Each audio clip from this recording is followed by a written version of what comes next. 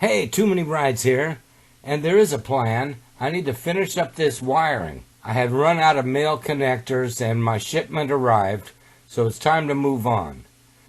Now I wanted to have a switch, kind of a hidden switch I thought, or I didn't have a place for a switch, so I had to make one. This was a good spot because there's a tab there for the oil separator canister on a California model XR600R OHV, and so I needed to put one there. At least it gave me a tab that I could put it on. So I started to look at that tab and try to figure out what I could do to mount a switch there. It's not wide enough to put the switch right there, so I had to incorporate some kind of aluminum or something. So I found this piece of L-shaped aluminum, and I decided how long I was going to need to have it, put a little more thought into it, and drew a line.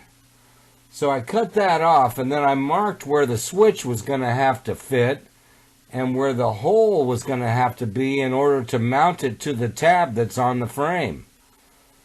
So that all went pretty well. I cut that up, and I took the switch and put it in there.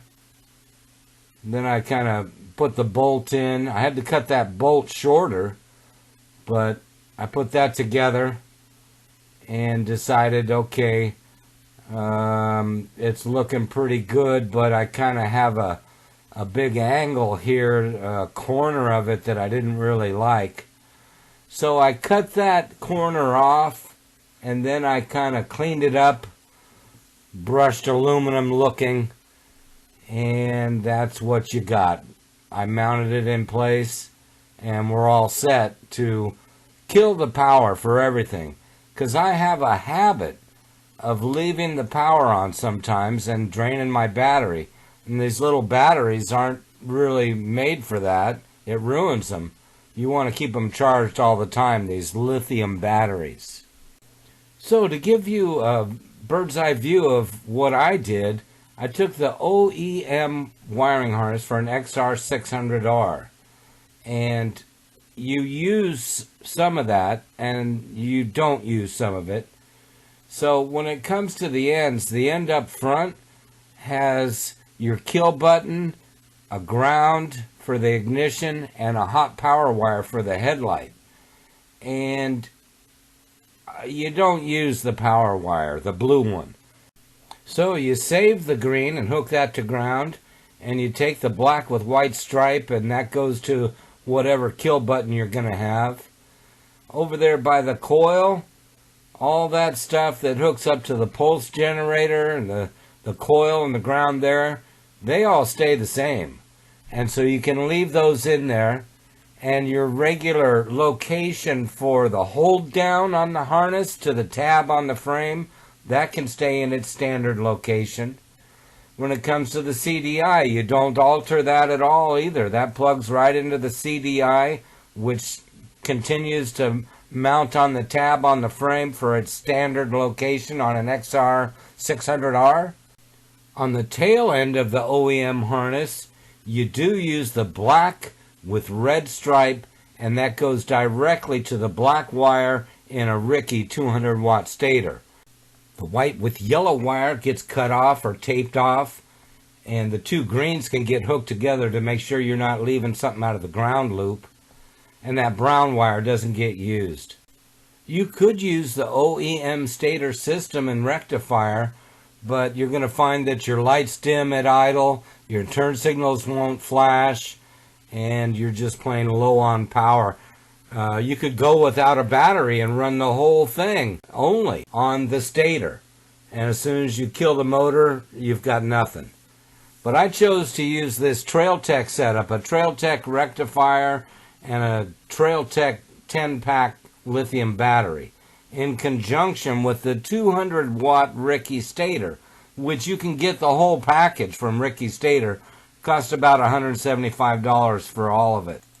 The high output Ricky stator can be configured as a 200 watt or two separate 100 watt outputs, and that makes a difference which way you're going to wire. And I chose the 200 watt output. So I only needed one rectifier. Okay, so I know this kind of looks like a mess here, but I wanted to show you. You see the gray wire there right below the shock mount? That's the end of the plug on your Spanish handlebar control. And going into that is a red wire. That's where your power to power up the switch on your handlebar is. That's the power wire. The blue wire, the dark blue wire, is power coming back. In other words, that's going to light your tail light, give power to your brake lights and so forth. The light green wire is your right signal. The brown wire is your left signal. And the black is ground. You should put that to ground. That's all that's in that cable coming out of the Spanish handlebar control switch. As you take a look at the other end of this handlebar switch, you can see it's got the 6-pin plug there that goes back to the harness we were just talking about.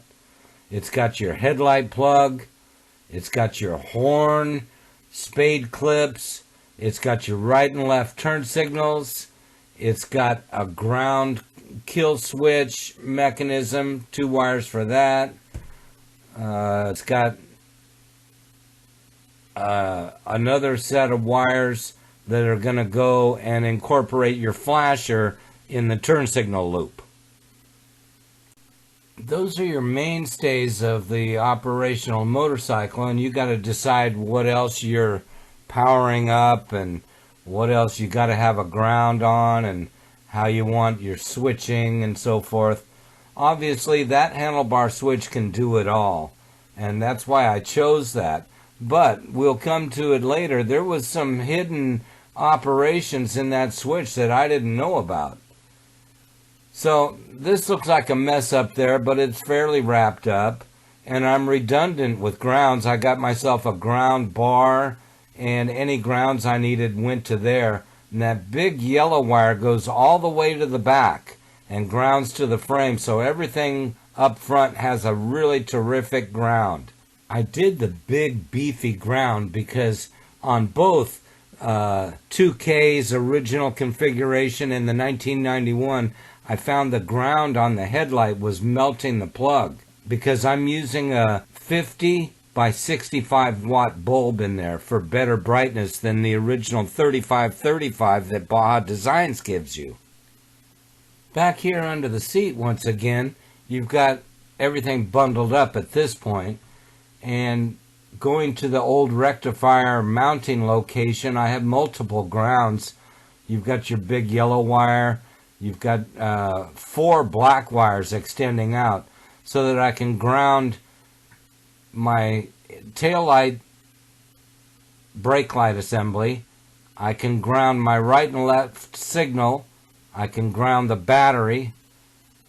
And out of the battery, it goes first through a fuse, then to my special switch over there by the choke on the carburetor, and then back up to power up the rear brake light switch and the harness that goes up front in the Baja Designs gray harness. It's all well protected and well secured there. I feel pretty comfortable about having it this way. I've done this 4 times now, and it's worked out really satisfactory. Over here on the other side of the airbox, you've got your Trail Tech rectifier, which has a black and a red wire coming out of one spot, and that hooks directly to the battery. Then you've got your 2 yellow wires. They hook to the green and to the white on the stator, and then there's a red with yellow. Now, depending on how you're going to run your system, that could be used or it wouldn't be used. What it all amounts to is that when the bike's running, that has power regardless of the battery. So you could run the whole thing off the red with yellow. Or you could just run your brake light switch if that's convenient for you. Who knows how you want to do it. There's so many variables. This is the way I did it, and it's not necessarily a how-to for you to do it, but it's how I did it. For wiring up 2K, this came off 2K, it's Lionel, made in Spain, you've got a kill switch and you got a horn and a 4-position switch. It's really nice. So instead of having a separate switch for my bright lights, I can have it all at thumb's reach. I want this switch. This switch stops all power from leaving the battery. The red wire out of the battery goes through a fuse and to this switch. Nothing else can happen if this switch is not on. And if it's on, I get a warning light. It's red. Warning! You have power going out. Powers up everything. Powers up trail tech. Powers up handlebar switch. Okay, here's what I didn't know about that handlebar switch. If you give it power, the turn signals, the horn, already have power. And if you bring the switch down to the bottom position, it kills your motor, which is redundant because up above there's a kill switch button, and I already have a keyed ignition, plus the extra switch by the carburetor. That means 4 different places you could shut this thing off. If you can figure out there at the shopping mall how to start this, you'll be in good shape to take it. Which you can hit the horn at any time or turn signals on. And it's available for power to the motor. First click, power to the motor. Second click, low beam. Third click, high beam. And if I have this switch switched during high beam, then I have fog lights as well. LED dirt road lights. First click of the switch gives me power to the tail light.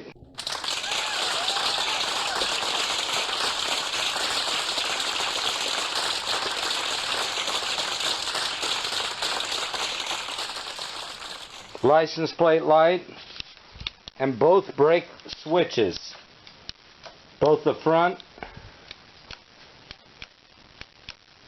and the rear.